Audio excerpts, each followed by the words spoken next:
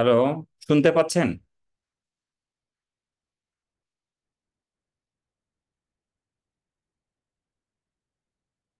আসসালামু আলাইকুম স্যার। ইসলাম জি, শুনতে পাচ্ছেন? জি স্যার, শোনা যাচ্ছে। আচ্ছা জি, থ্যাংক ইউ। আমি একটু ওয়েট করি 4-5 মিনিট, তারপরে ইয়া করবো আর কি। জি স্যার। Thank you.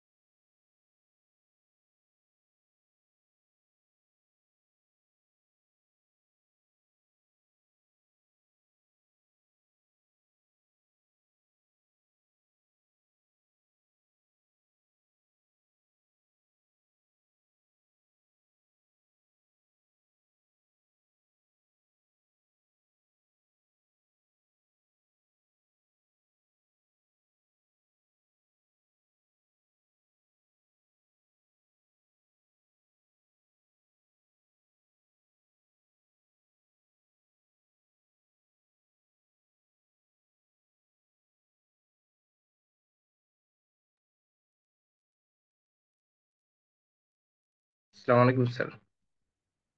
জি, ইসলাম জি, শুনতে পাচ্ছেন?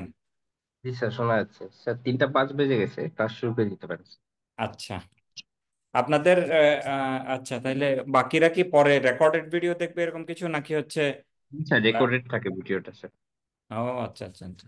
আচ্ছা ঠিক আছে, তাহলে আমি শুরু করি। আমি শেয়ার করি প্রেজেন্টেশনটা।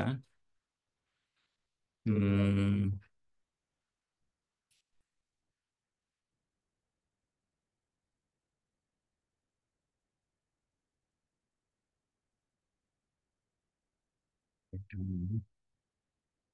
ঠিক আছে, okay.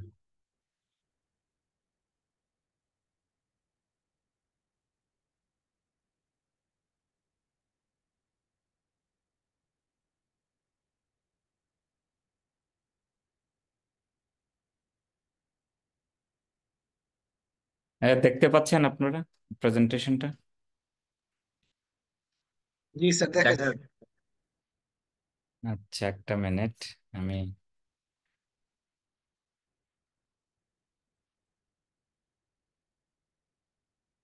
Thank you. আমি একটু পরিচয় দিয়ে নিই। আমার নাম হচ্ছে ডাক্তার ফরহাদউদ্দিন হাসান চৌধুরী। আমি একজন মেডিসিন বিশেষজ্ঞ। আমি আহ, এখন উম, একজন পিএইচডি স্টুডেন্ট হিসেবে আছি ইউনিভার্সিটি অফ অক্সফোর্ডে। আর আমার এমনি একাডেমিক ব্যাকগ্রাউন্ড হচ্ছে আমি এফসিপিএস করেছি মেডিসিন, আর মাস্টার্স করেছি ট্রপিক্যাল অ্যান্ড ইনফেকশাস ডিজিজে Liverpool school of tropical medicine থেকে। আমি এই মুহূর্তে অবশ্য বাংলাদেশে আছি, ছুটিতে আসছি। এখন আবার চলে যাব 19 তারিখে। এই আপনাদের এই সিএফএম কোর্সটাতে, এইটাতে আমি প্রায় লাস্ট 3 বছর ধরেই সেশন নিচ্ছি।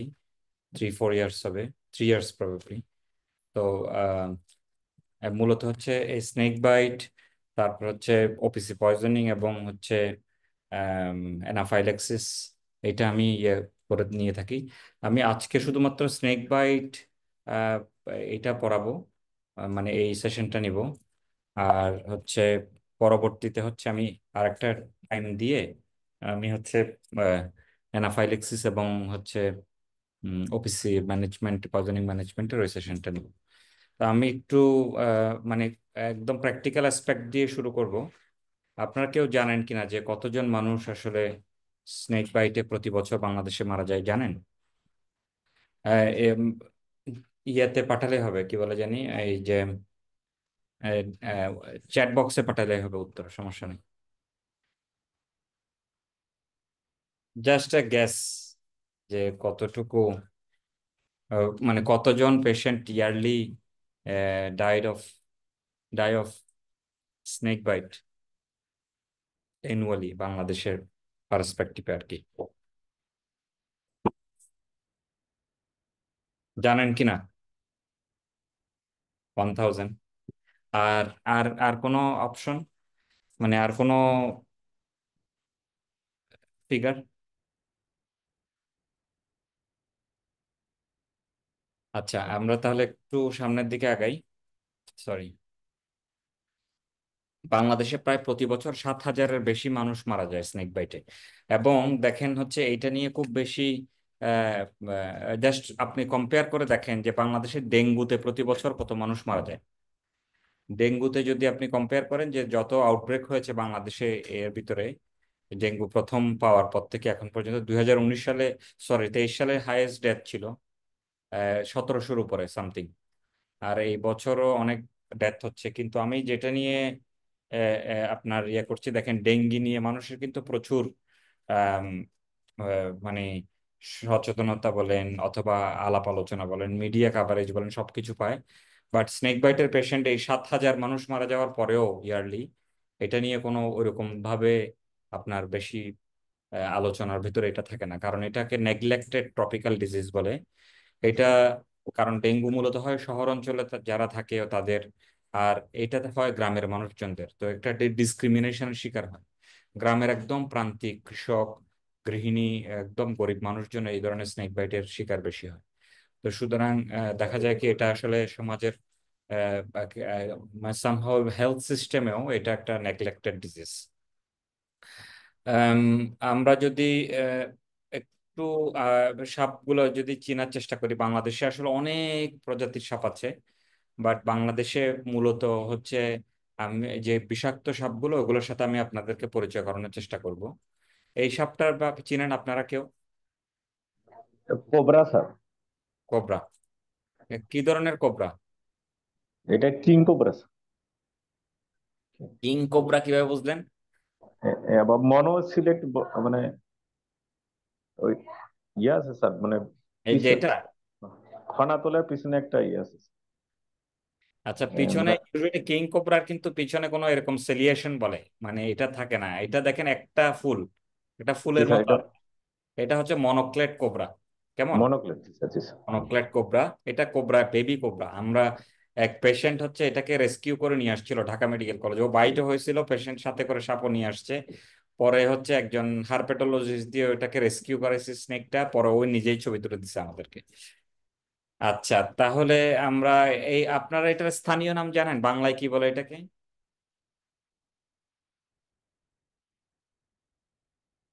বাংলায় কি বলে বলেন তো? এটা আপনাদের গোকরা সাপ। গ্রামের অঞ্চলে গোকরা আপনি সাপ বলে। কোবরা সাপ বা গো- গোকরা বলে। জি স্যার, আপনাদের গোকরা। ওইদিকে বিভিন্ন স্থানে স্থানীয়ভাবে যেমন আমাদের, আমি হচ্ছে চট্টগ্রাম অঞ্চলের, এই আমাদের চট্টগ্রাম অঞ্চলে এই সাপটাকে জৌরা সাপ বলে, জৌরা।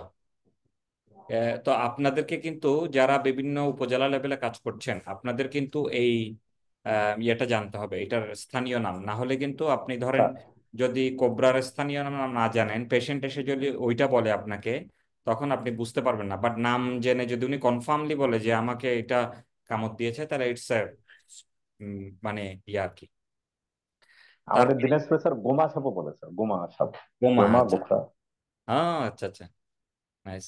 বিভিন্ন ধরনেরই আছে। এইটা কি দেখেন, এইটা এবং এই দুইটাই কোবরা, বাট এটা দেখেন পিছনে ফুল হচ্ছে একটা চশমার মতো দেখতে অনেকটা, এটা চশমা। বাইসিলেট স্যার। এটা হচ্ছে বাইসিলেট। বাইনোসিলেট কোবরা বলা হয়, হ্যাঁ। আর নায়া নায়া,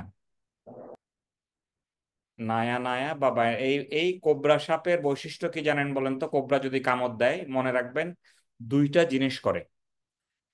কোবরা কামড় দিলে সারা জীবনের জন্য মনে রাখবেন, তাহলে আপনার এটা ম্যানেজমেন্ট করতে সুবিধা হবে এবং রোগ মানে রোগ বুঝতেও সুবিধা হবে। প্রথম হচ্ছে কোবরা যেখানে কামড় দিবে ওখানে প্রচন্ড ব্যথা হবে, ফুলে যাবে যদিও বিষ প্রয়োগ করতে পারে। আর হচ্ছে ও সে স্নায়ু দুর্বল করে দেয়, মানে প্যারালাইসিস করে। এবং স্নেক বাইটের প্যারালাইসিস একটা খুবই অ্যাটিপিক্যাল, উইয়ার্ড প্রকৃতির এক এক ধরনের ইয়ে। প্রথম হচ্ছে গিয়ে এটা শুরু হয় চোখের পাতা থেকে।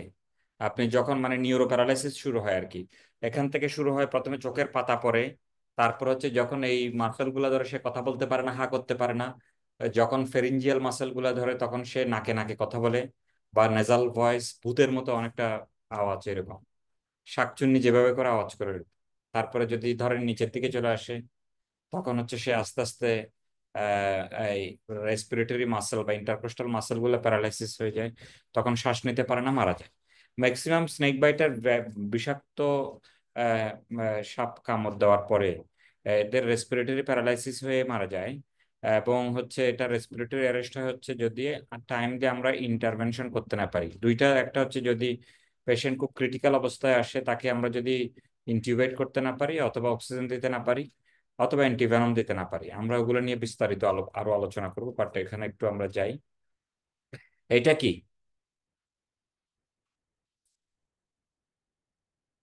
এটা স্যার রাসেলস ভাইবার না? না, রাসেলস ভাইপার ফনা তুলে না। ও, ফনা যদি তুলে, ফনা ইউজুয়ালি তোলা হচ্ছে কোবরা বাংলাদেশে। কেমন এটা? ওই যে আপনি প্রথমে যে ওটা বলছিলেন, এটা হচ্ছে কিং কোবরা। King cobra. জি স্যার, জি স্যার। কিং এর মতো দাঁড়ায় আছে, দেখছেন? ইয়া আমি তো একটু sit up হ্যাঁ হ্যাঁ, thank you। না না, একটু ইয়া হয়ে গেছে, সরি। আচ্ছা, তারপরে হচ্ছে এইটা কি বলেন তো? হ্যাঁ, দেখি। এটা স্যার কেউটে স্যার, মানে ক্রেট না?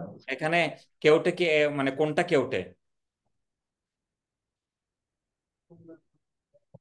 আহ,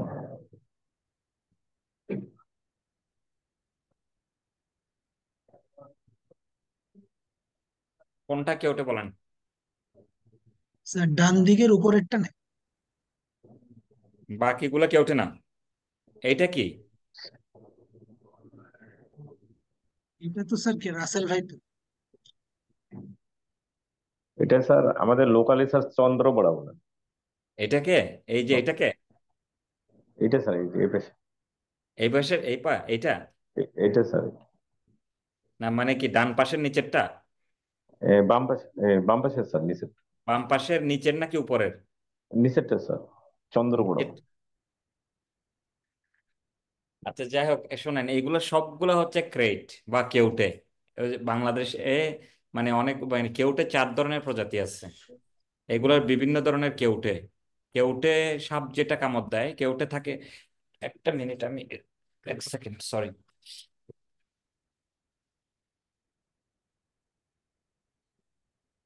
আচ্ছা, কেউটের যেটা মনে রাখবেন, কোবরা এবং ক্রেইটের ভিতরে পার্থক্য হচ্ছে, কোবরা এবং ক্রেইটের ভিতরে মিল হচ্ছে গিয়ে আম, আপনার এই দুইটা নিউরো প্যারালাইসিস করে।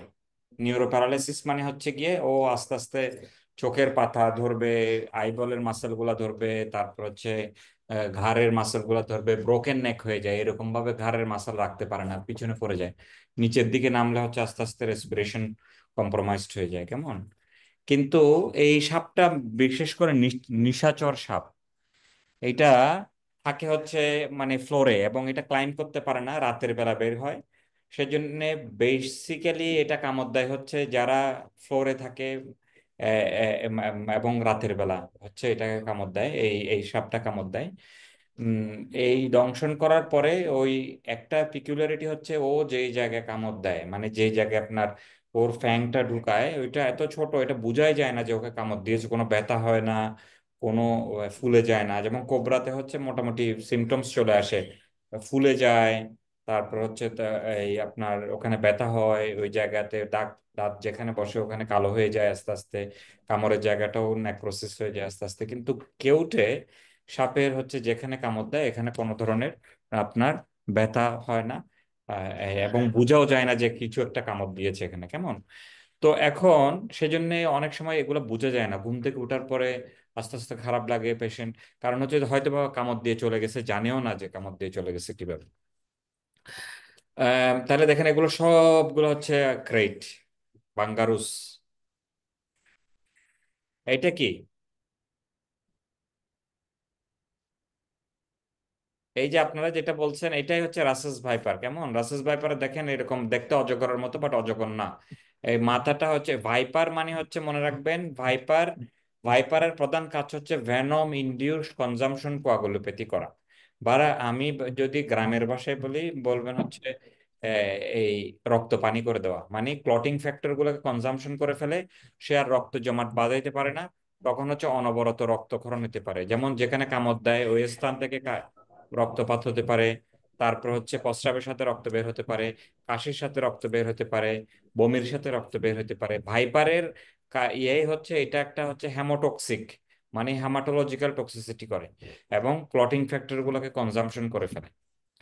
এই এই যে দেখতে সবুজ, এটা হচ্ছে green pit viper. Green pit ভাইপারই বাংলাদেশে 3 ধরনের পাওয়া যায়, বাট শুধু মনে রাখেন এটা হচ্ছে সবুজ সাপ। অনেকে এটাকে বাঁশ বোরা বলে, মানে বাঁশে থাকে সেজন্য, বা সবুজ বোরা সাপ বলে। আর এটা হচ্ছে রাসেস ভাইপার, বা হচ্ছে চন্দ্রবোরা সাপ বলে। চন্দ্রবোরা সাপের ওই বেশি হচ্ছে ইদানিং এগুলো নিয়ে মাঝখানে রাসেস ভাইপার নিয়ে অনেক বেশি ইয়ে হয়ে গেছিল না, এই রাসেস জি স্যার। ভাইপার হঠাৎ করে কোথায় উধাও হয়ে গেছে আবার। আচ্ছা। বাংলাদেশে যখন একটা চলে ওইটার পিছনে চলতেই থাকে এই টাইপের।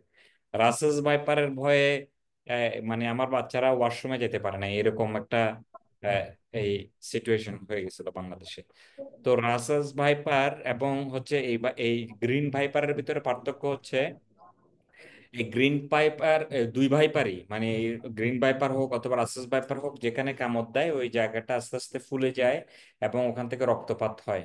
এই এই রাসেস ভাইপার করে, গ্রিন ভাইপার করে। রাসেস ভাইপার ইন এডিশন আরো অনেকগুলা কাজ করে, যেমন রাসেস ভাইপার যেটা করে সেটা হচ্ছে কোবরা এবং ক্রেইট যেরকম হচ্ছে নিউরোটক্সিসিটি করে, আহ, এই টোসিস করে, ব্রোকেন নেক করে, রেসপিরেটরি মাসেল প্যারালাইসিস করে।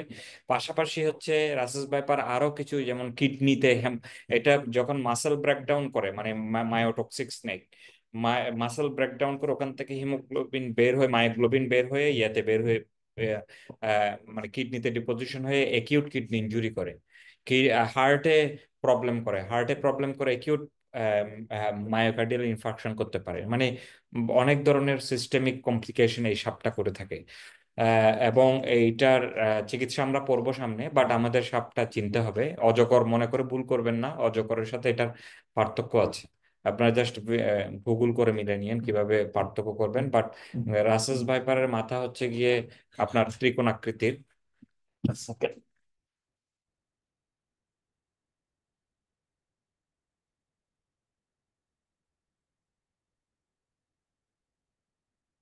রাসেলস ভাইপারের মাথা হচ্ছে ত্রিকোণাকৃতির, বাট এটা ত্রিকোণাকৃতির না। এটা দেখেন হচ্ছে, সরি, অজগর ত্রিকোণাকৃতির না। এখানে দেখেন হচ্ছে একটা ট্রায়াঙ্গুলার শেপের, এবং এখানে শিকলের মতো দেখেন একটার পেছনে একটা এরকম হচ্ছে মানে খুব সর্পিলা আকৃতির আপনার, কিন্তু অজগরের ইয়া কিন্তু এরকম না। এখান থেকে দেখলে আরো বুঝতে পারবেন। দেখেন গোল গোল গোল গোল গোল গোল। এবং এটা যখন হচ্ছে শ্রিঙ্ক অবস্থায় থাকে তখন দেখেন হচ্ছে কেমন একটা বাই কনভেক্স একটা ইয়া হয়ে যায়, কেমন একটা এলিপ্টিক্যাল, কতগুলো অনেকগুলো শ্যাডো থাকে, শ্যাডো না মানে কালারিং থাকে বডিতে।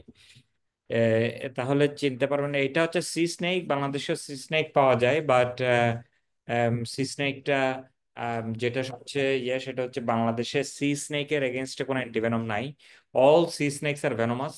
কেউ মাইল্ড ভেনম প্রোডাকশন করে, কেউ সিভিয়ার ভেনম প্রোডাকশন করে, বাট কোনো অ্যান্টিভেনম বাংলাদেশে নাই। এবং এগুলার আসলে জাস্ট সাপোর্টিভ ম্যানেজমেন্ট দেওয়া হয়। কেমন এখন ভেনোমাস বাইট বলতে আমরা কি বুঝি? প্রথমে আমরা যে মানে আপনাদের কাছে এরকম হতে পারে যে একটা পেশেন্ট উপজেলায় আসছে, আপনি যেখানে কাজ করছেন ওখানে আসার পরে দেখেন হচ্ছে পেশেন্টটা এমন একটা সিচুয়েশন হলো যে পেশেন্টটা আপনাকে একটা ছবি দেখাচ্ছে বা একটা সাপ নিয়ে আসছে, আপনি দেখলেন এটা কোবরা, এবং বলছে হচ্ছে আমাকে গতকাল কামড় দিয়েছে, কিন্তু পেশেন্টটা দেখেন হচ্ছে কোনো সিমটমস, কোনো কিছু নাই। ইভেন কোবরা যেখানে বাইট করেছে ওখানেও কোনো ধরনের কোনো ফুলা ব্যথা কিছু নাই। বাট আপনাকে একদম স্নেকটা এসে নিয়ে আসছে এবং আপনি নিশ্চিত যে এটা কোবরা। তো কামড়ও দিয়েছে, ওই জায়গায় একটা ফ্যাং মার্কও আছে, but no no feature of envenomation. এটার কারণ কি? এটার কারণ হচ্ছে গিয়ে অনেক সময় স্নেক যখন বাইট করে ভেনম সে ইন্ট্রোডিউস করে না।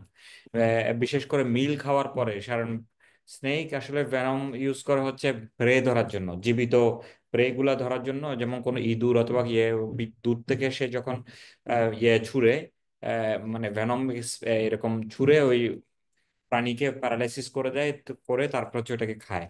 তো এই মূলত হচ্ছে ওরা এই কাজে ইউজ করে ওদের নিজস্ব খাবার দাবার বা প্রোটেক্ট, মানে ইয়ের জন্য, নিজেকে প্রোটেক্ট রাখার জন্য। দেখা যায় কি রাসেস ভাইপার কামড় দেওয়ার পরে অ্যারাউন্ড 50% রাসেস ভাইপার কোনো সিমটমস প্রোডাকশন করে না, এবং 30% কোবরা বাইটেরও কোনো হচ্ছে সিমটম প্রোডাকশন হয় না। এবং অন্যান্য স্কেল, স্কেল ভাইপার একটা আছে যেটা বাংলাদেশে নাই, বাট ইন্ডিয়াতে আছে।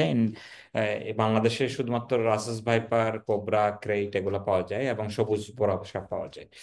তো সুতরাং যদি কোনো সাইন অফ এনভায়রনমেন্ট না থাকে আমরা ওই পেশেন্টের কোনো চিকিৎসা করব না। কেমন, ওইটা আমরা পরে ইয়া করব। এখন আমরা কিভাবে হিস্ট্রি নিব?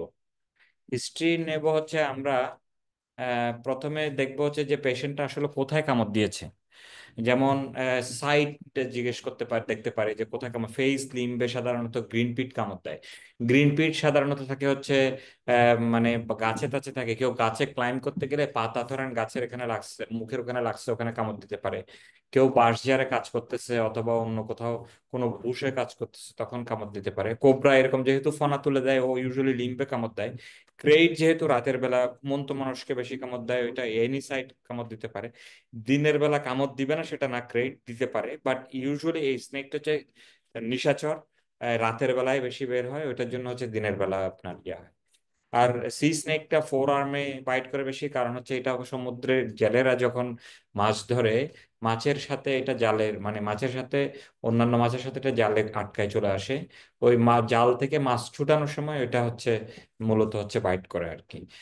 আম, এইটা যে কোনো স্নেক বাইট অনেক ধরনের সিমটম করতে পারে, যে মানে নন স্পেসিফিক, অনেকে ইভেন নন ভেনোমাস যেগুলো এগুলো অনেক ধরনের সিমটম করতে পারে, যেমন মাথা ব্যথা, বমিটিং, এরকম করতে পারে। বাট অনেক সময় ভয়ে তটস্থ হয়ে যেতে পারে নন ভেনোমাস হওয়ার পরেও। বাট আমরা সুনির্দিষ্ট এনভেনমেশন আছে কিনা এটা দেখার চেষ্টা করব, এটা আমরা একটু পরে জানবো। আমি একটু আপনাদেরকে দেখাই সরাসরি ওখানে গিয়ে কিভাবে হচ্ছে। এই যে এই প্রেজেন্টেশনটা জানলে আপনাদের আর কোনো কিছু, এইখানে দেখেন পেশেন্টটার কি প্রবলেম আছে এই ফার্স্ট ছবিতে। টোসিস আই আর মানে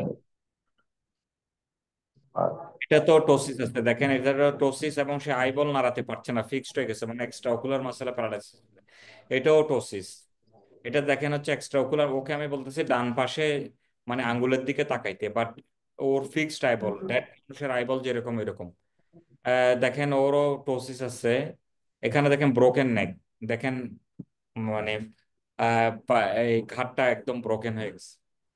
আম, এটা হচ্ছে নিউরোটক্সিসিটির ফিচার, মানে আপনার যখন বাংলাদেশের নিউরোটক্সিসিটি কোন কোন সাপ করে। কোবরা আর ক্রেটস। গ্রেট। আর হলো আর Russell viper. Good, Russell viper. তিনটা সাপ করবে, কোবরা, ক্রেট, রাসেস ভাইপার।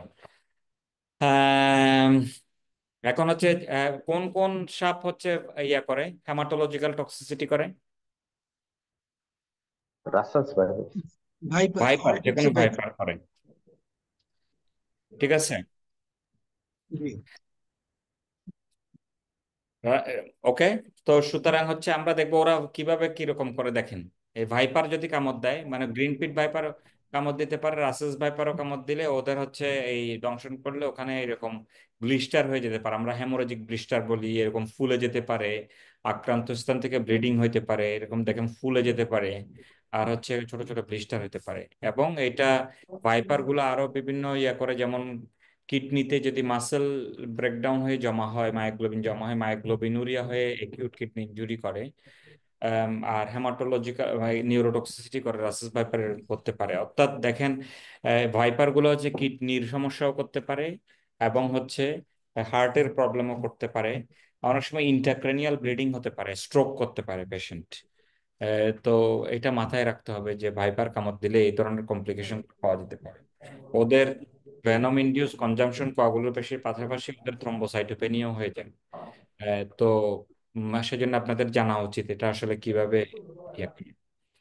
আচ্ছা ফাইন, আমরা এখন লোকাল এনভায়রনমেশনটা জানি। লোকাল এনভায়রনমেশন মানে হচ্ছে বাইট সাইটে কি কি হয়, কোন সাপ কামড় দিলে কি কি প্রবলেম হয়, কেমন।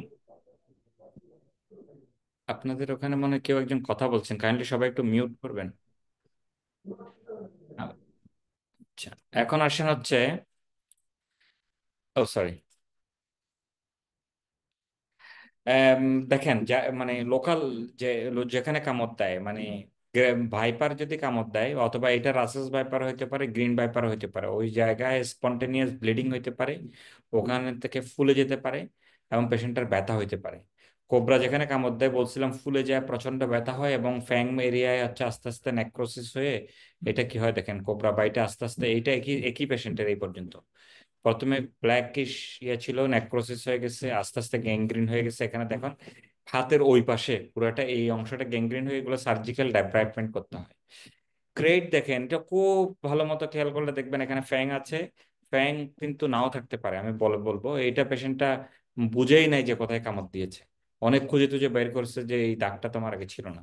নন ভেনোমাস যেগুলো স্নেক, এরা মূলত হচ্ছে স্ক্র্যাচ করে, মানে ধরে কামড় ধরে বসে থাকে। আপনি যেগুলো হচ্ছে জলডোরা অমুক সমুক সাপ আছে আপনার গ্রামে দেখবেন, ওরা যদি মানে হয় কি যে এরকম ছোট ছোট ছোট ছোট অনেকগুলো ফ্যাং থাকে, সে এরকম বাইট না করে ও করে কি একদম মানে এরকম ভাবে আটকায় বসে থাকে, তারপর আপনার হাত দিয়ে এভাবে জোর করে করে ইয়ে করতে হয় কি, মানে ওইটাকে ছাড়াইতে হয়, তখন ও এরকম স্ক্র্যাচ করছে মতো এরকম দাগ হয়ে যায়, কেমন। তা এখন আমরা স্নেক আইডেন্টিফাই কিভাবে করতে পারি। স্নেক, আপনার কাছে ধরেন একটা পেশেন্ট আসছে, সুতরাং হচ্ছে পেশেন্টটাকে আমরা আইডেন্টিফাই, মানে আপনার কিন্তু একটা জানার আগ্রহ থাকতে পারে, কারণ হচ্ছে ম্যানেজমেন্ট ডিফার করবে স্নেক টু স্নেক। নন ভেনোমাসের চিকিৎসা এক ধরনের, ভেনোমাসের চিকিৎসা এক ধরনের। সুতরাং স্নেক বাইটের পেশেন্ট আসলে একটু কথাবার্তা বলে পেশেন্টটার একটু আইডেন্টিফিকেশন জানার চেষ্টা করবেন। যেমন হচ্ছে প্রথম আমরা যেটা বলি যে পেশেন্টটাকে যখন আসছে তখন আপনি চাইলে পেশেন্টটার ফ্যাং মার্ক আছে কিনা দেখবেন। ইউজুয়ালি দুইটা ফ্যাং মার্ক থাকলে ভেনোমাস, বাট এটা মাথায় রাখবেন যে ফ্যাং মার্ক না থাকলেও ভেনোমাস বাইট হইতে পারে। যেমন ফ্যাং মার্ক থাকলেও ভেনোমাস না হইতে পারে, যেমন ফ্যাং আছে হয়তো বা ভেনম ঢুকে নাই, তাহলে পেশেন্টটা কোনো সিমটম প্রোডাকশন নাও হইতে পারে। সুতরাং ফ্যাং মার্ক থাকলেই যে ওকে অ্যান্টিভেনম দিতে হবে সেটা না। আবার ফ্যাং মার্ক নাই, ধরেন জিন্সের প্যান্টের উপরে কামড় দিয়েছে, অথবা ইয়া করার সময় হচ্ছে একটা ফ্যাং ঢুকেছে, এরকমও হইতে পারে, অথবা ক্রেড যদি হয় ফ্যাং নাও পাইতে পারেন। সুতরাং আপনি সবসময় ভেনোমাস মানে যে ওর ফ্যাং মার্ক থাকবে সেটা না, বাট থাকলে এটা ভেনোমাস।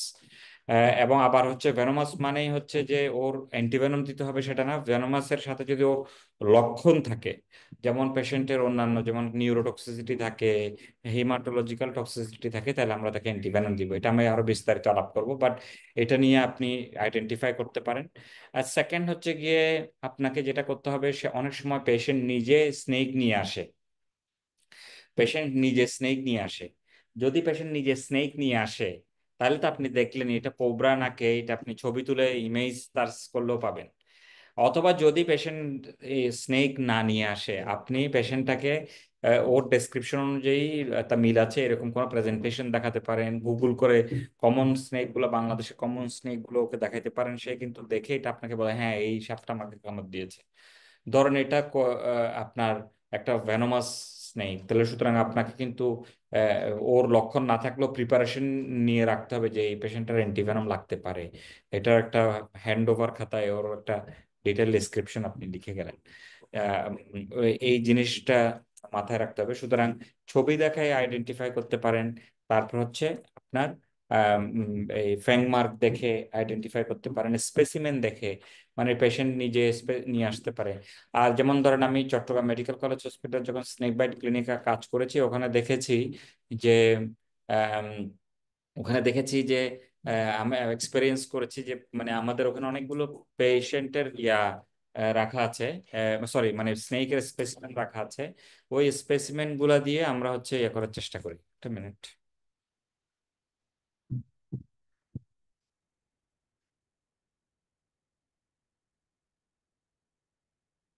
আচ্ছা, তা এখন আসেন হচ্ছে আমরা আরেকটু দেখি সিনড্রোমিক অ্যাপ্রোচ। এখন বাংলাদেশে তো বেসিক্যালি আপনাদের হচ্ছে এমন একটা সিচুয়েশন, যে সিচুয়েশনে হচ্ছে অনেক ধরনের পরীক্ষা নিরীক্ষা থাকলেও ও দুর্ভাগ্যজনকভাবে স্নেক বাইট আইডেন্টিফিকেশনের জন্য, মানে কোন ধরনের সাপ কামড় দিয়েছে এটা পরীক্ষা করার জন্য কোনো ধরনের ইয়া নাই, পরীক্ষা নিরীক্ষা নাই। যেমন ধরেন হচ্ছে কোনো র্যাপিড ডায়াগনস্টিক, আপনি ম্যালেরিয়া হলে ডেঙ্গু হলে ইমিডিয়েট আপনি 1 ঘন্টার ভিতরে রেজাল্ট জেনে যেতে পারেন। বাট স্নেক বাইট কামড় দিলে কোনো পরীক্ষা বাংলাদেশে নাই যেটা দিয়ে আপনি বলতে পারেন এটা দিয়ে ক্রেট কামড় দিয়েছে, রাসেস ভাইপার কামড় দিয়েছে। কারণ অনেক ক্ষেত্রে পেশেন্ট স্নেক দেখে নাই, অথবা হচ্ছে অনেক ক্ষেত্রে এরকম যে পেশেন্ট স্নেকের বর্ণনা আপনাকে সঠিকভাবে বলতে পারে নাই। তো এইরকম বেশিরভাগ ক্ষেত্রে এরকম হয়। সেই জন্য আমরা যেটা করি, রোগীর লক্ষণের উপরে ভিত্তি করে আমরা সিনড্রোমিক অ্যাপ্রোচ করি, এবং তখন বলি হচ্ছে যে এটা এই স্নেক কামড় দিয়েছে, এটার চিকিৎসা এরকম হবে। এখন আসেন হচ্ছে আমরা সিনড্রোমিক অ্যাপ্রোচ করব, মানে আমরা রোগীর লক্ষণ এবং সিনড্রোম দেখে আমরা মোটামুটি কাছাকাছি যাব যে এই স্নেকটা হয়েছে এই বাইট করেছে।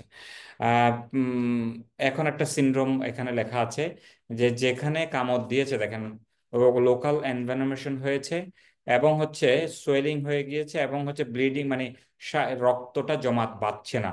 মানে আপনি এখন এরকম একটা শিশিতে রক্ত নিয়ে 20 মিনিট রেখে দেওয়ার পরে এরকম টিল্ট করার পরেও রক্তটা একদম লিকুইড অবস্থায় আছে। কি সাপ হইতে পারে এটা? Russell viper, Russell version. Viper, viper, মানে রাসাস ভাইপারও হইতে পারে, আর গ্রিন গ্রিন ভাইপার। পাইট হইতে পারে। Good, fantastic. সেকেন্ড আসেন, আপনারা নিজেরাই বলেন। লোকাল এনভেনমেশন আছে, এখানে ফুলে গেছে, তারপর হচ্ছে এখানে হচ্ছে ব্লিডিং হচ্ছে, মানে 20 মিনিটের বেশি। আবার হচ্ছে ও প্যারালাইসিস হয়েছে, এই দেখেন টোসিস আছে, কিডনি ইনজুরি হয়েছে। কি সাপ হইতে পারে? Rasel viper. Russell viper. Fantastic, আপনারা তো স্নেক বাইট স্পেশালিস্ট হয়ে গেছেন। এইটা বলেন। দেখেন ওর কোনো ব্লিডিং বা ক্লটিং ডিস্টারবেন্স নাই, কিন্তু টোসিস আসছে এবং যেখানে কামড় দিয়েছে ওখানে নেক্রোসিস হচ্ছে বা কালো হয়ে গেছে, ব্যথা হচ্ছে, ফুলে গেছে। Cobra sir. Fantastic, great. এইটা কোনো লোকাল এনভায়রনমেন্টের ফিচার নাই, কিন্তু পেশেন্টের প্যারালাইসিস হয়ে গেছে। দেখেন ব্রোকেন নেক সাইন আছে, ডাব্লিউবিসি কাউন্ট মানে হোল ব্লাড ক্লটিং টেস্ট বলে, ডাব্লিউবিসিটি কাউন্ট এটা 20 মিনিটের নিচে, মানে হচ্ছে ওর অ্যাবনর্মাল ক্লটিং টেন্ডেন্সি নাই। এটা কি রাইট।